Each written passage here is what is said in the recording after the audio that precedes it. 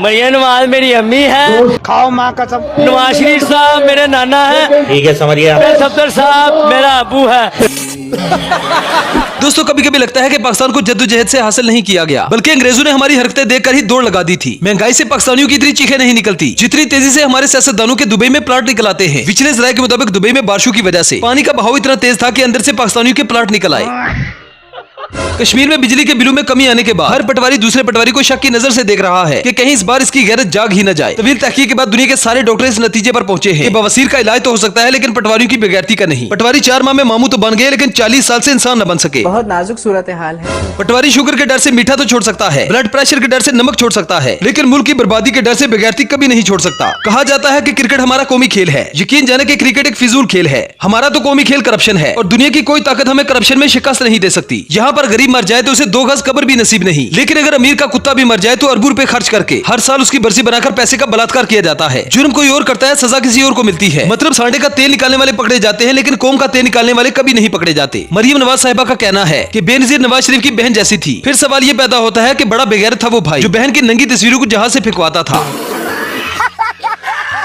नवाज शरीफ और जरदारी का खानदान इस मुल्क को लूटते हुए अपने जाती मफादात की खातिर एक दूसरे के साथ इकट्ठे हो जाते हैं। काश ये बदनसीब कौम भी अपने हुकूक के लिए ऐसे ही इकट्ठी हो जाए। लोग कहते हैं कि इमरान खान को मौका देना चाहिए ना, तब्दीली लेके आएगा और नवा पाकिस्तान बनाएगा, उन्होंने मौका देना चाहिए।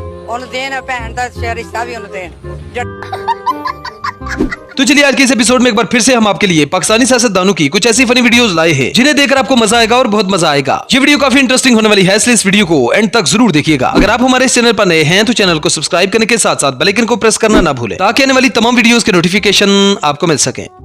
दोस्तों, हमारे मुगल आजम साहब इतने इंटेलिजेंट हैं कि उन्हें बात करते हुए समझ ही नहीं आती कि बिस्ती अपनी करनी है या सामने वाले की। तकरीर में ऐसे अल्फाज का चुनाव करते हैं कि हर बार अपनी ही बिस्ती करते हुए खुद को चोर कह देते हैं।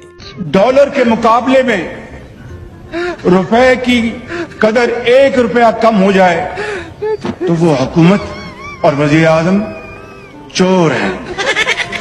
कौन है ये लोग, कहां से आते हैं? दोस्तों, नवाज शरीफ हूँ या फिर मरियम नवाज, 2024 के इलेक्शन में अवाम ने इनको ठेंगा दिखा दिया था। पूरी दुनिया के साथ साथ नून लीग की पूरी पार्टी भी ये बात जानती है कि ये दोनों बाप बेटी हारे हुए हैं। लेकिन अगर कोई नहीं मानता तो जिद्दी बाप बेटी। इस वीडियो में नून लीग के मेंबर शेख रोहेल असगर नवाज शरीफ के मुंह पर तमाचा मारते हुए, मासूम मैं कहता हूँ आप सोच भी नहीं सकते।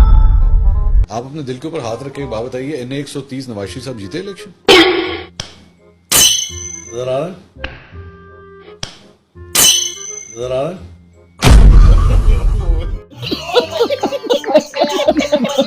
दोस्तों, पाकिस्तानी सहाफत का बेड़ा गर्क करने में गरीदा फरूकी का पहला नंबर है। जितना जोर ये नून लीग को डिफेंड करने में लगाती है, अगर इतना ही जोर सच बोलने पर लगाए तो अवाम इससे इतनी नफरत ना करे। इस वीडियो में मंसूर अली खान ने लाइव टीवी शो में गरीदा फरूकी का झूठ पकड़ लिया। कहा जाता है ना कि इससे पहले किसी इलेक्शन में किसी पॉलिटिकल पार्टी का सिंबल नहीं लिया गया। तो याद कर लीजिए कि ये 2018 से पहले या उसके बाद जब सेनेट के इलेक्शन हो रहे थे तो मुस्लिम लीग नून से शेर का निशान किसने लिया था? सेनेट के इलेक्शन में किसने मुस्लिम लीग नून के पार्टी टिकट कैंसिल करवाए थे? मैं सिर्फ मुझे करेक्ट कीजिएगा, मेरी नॉलेज शायद कम है। सेनेट के इलेक्शन में शेर का निशान होता है?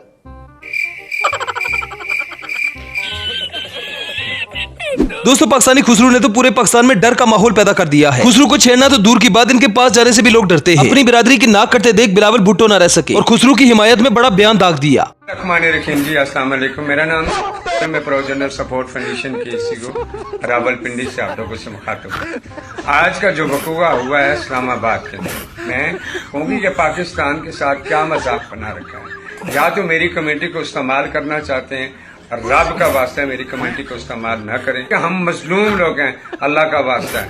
अब की जो सियासत है वो अपनी जगह पे रखें।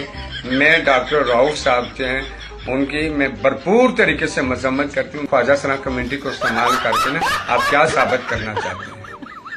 वैसे तो हमारे मुल्क की बुनियाद कलमे के नाम पर पड़ी थी, लेकिन एक लंबे अरसे से इस पर चकला चलाने वाले काबिज हैं। चलो यहाँ तक तो ठीक था कि दुबई में पाकिस्तानियों की अरबों की प्रॉपर्टी निकली, लेकिन मरियम नवाज के तो मसाज सेंटर निकल आए। मतलब यार, इन्होंने मुसलमान कौम को तो बदनाम किया ही, मुनाफिकत को भी शर्मिंदा कर दिया। हमारी वजीर आला माशाल्लाह हर किस्म की आसाइश इस सूबे को देना चाहती है। इनके नाम की जो प्रॉपर्टी निकली है वो एक बहुत बड़ा मसाज सेंटर है। वहाँ पे छोटी छोटी सी फिलिपिनो मसाजर्स हैं जो कि सख्त किस्म के थके हुए मर्दाना जिस्मों को आहिस्ता आहिस्ता सहलाती हैं। बिल्कुल ठीक सर, खुदा का वास्ता है कोई अक्ल करें।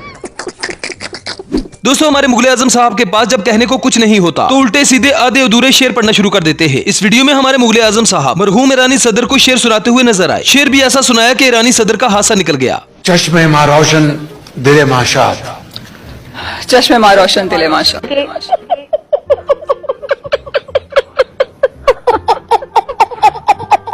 क्या हुआ? हद हो गई है, इतना सेवरी को बात है। जनाब बात मजाक की चल रही हो और शेर अफजल मरवत का नाम ना आए ऐसा तो हो ही नहीं सकता। मरवत साहब का कहना है कि हमने बहुत सी फिल्में देखी हैं, लेकिन याद नहीं आ रहा था कि वो वक्त बचपन का था या जवानी का। एक जब हम शायद बच्चे थे या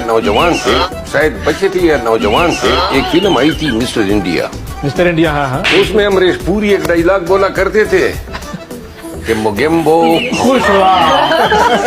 दोस्तों वैसे तो गरीदा फरूकी का सच से दूर दूर तक कोई ताल्लुक नहीं, लेकिन कभी कभी जज्बात में सच मुंह से निकल ही जाता है। इस वीडियो में मंसूर अली खान ने गरीदा फरूकी का पहिया ऐसा घुमाया कि मोहतरमा के मुंह से सच निकलवा कर ही दम लिया। बंदियाल नहीं दिखाते थे, क्यों नहीं हम चैलेंज करते थे? जस्टिस साकिब निसार नहीं लाइव प्रोसीडिंग होती थी ना, जस्टिस खोसा के दौर में नहीं लाइव प्रोसीडिंग होती थी ना, जो भी सुप्रीम कोर्ट में चल रहा होता था, जहाँ से फैसले आ रहे होते थे, क्यों नहीं करते?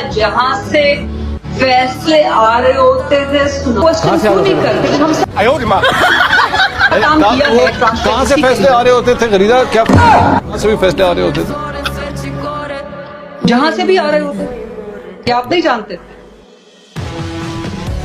दोस्तों अपने दौरे हुकूमत में इमरान खान ने 50 लाख घर बनाने का वादा किया था। घर तकरीबन मुकम्मल ही थे कि इमरान खान की हुकूमत को गिरा दिया गया। ये वो घर हैं जो इमरान खान ने गरीबों के लिए बनाए थे। थोड़े ही दिनों के बाद पटवारी और मरियम नवाज इन घरों का क्रेडिट भी अपने नाम करते हुए नजर आएंगे। कुछ भी नहीं हो रहा, कहीं पे कोई नजर नहीं आ रहा, कौन से घर तो कहाँ के घर, तो ये मैं उनको दिखाना चाह रहा हूँ कि भाई ये है वो घर।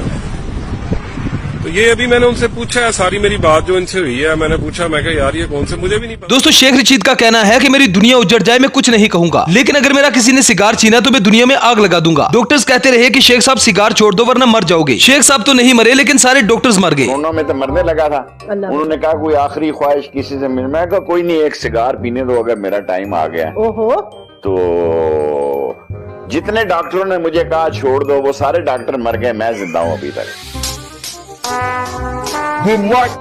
वो चूना लगा दिया कि भीख में दी हुई वोट जिसके 2000 थे, उसने हाथ जोड़े कि प्लीज मैं हार रहा हूँ, मेरा कुछ करे, उसके 20,000 कर दिए। कोई जीतने वाले के 40,000 वोट थे, उसका 1 0 कैंसिल करके उसके 4,000 कर दिए। जब इस तरह से भीख में लेजिस्लेटर सीट्स लेकर MNAs की MPAs की आएंगे, उनसे आप क्या लेजिस्लेशन की तवक्को रखेंगे? वो तो फिर वही वाली लेजिस्लेशन करेंगे जो उनके गुनाह को छुपाएगी। वेल तो दोस्तों ये थी हमारी आज की वीडियो। आई होप आपको पसंद आई होगी। अगर वीडियो पसंद आए तो वीडियो को लाइक कीजिए, शेयर कीजिए और चैनल को सब्सक्राइब करना ना भूलें। तो मिलते हैं नेक्स्ट वीडियो में। Good bye.